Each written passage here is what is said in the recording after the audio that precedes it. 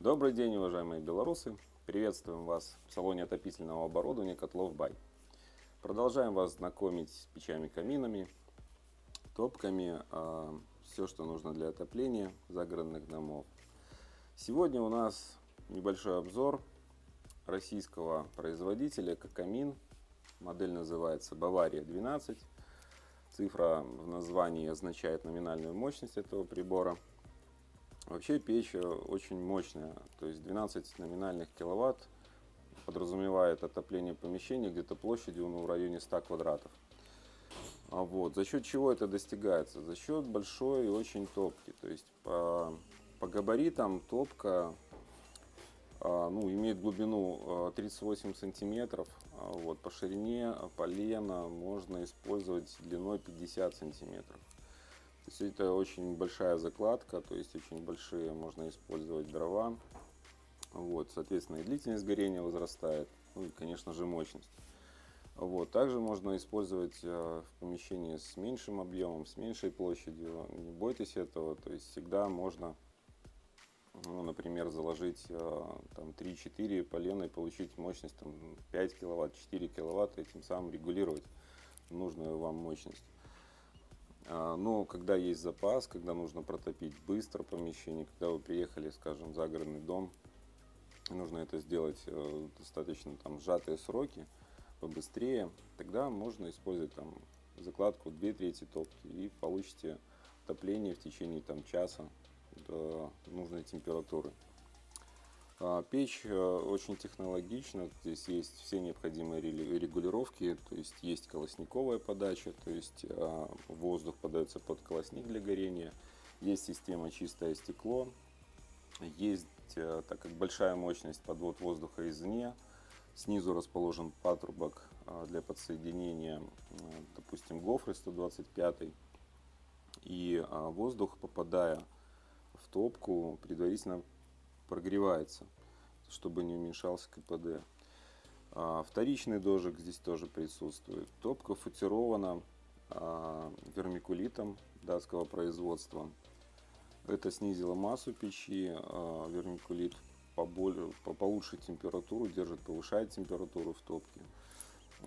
Здесь хорошо сделан зоб, то есть пламегаситель. Он тоже сделан из вермикулита толщиной 3 сантиметра.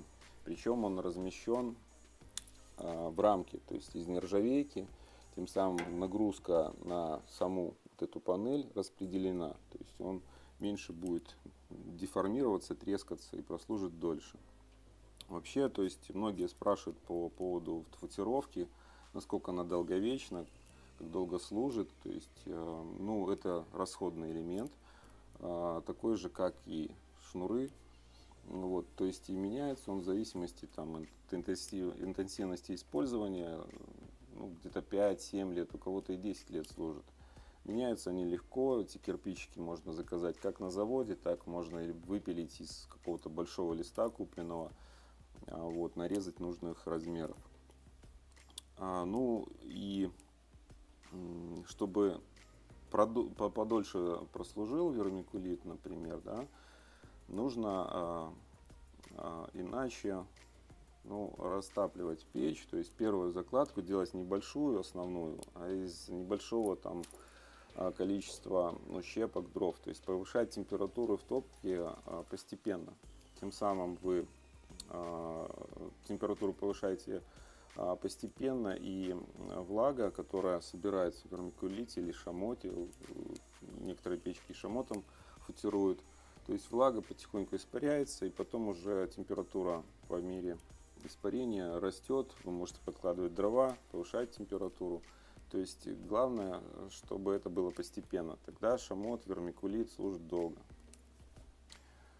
По поводу дымохода, здесь 150 диаметр стандартный, распространенный.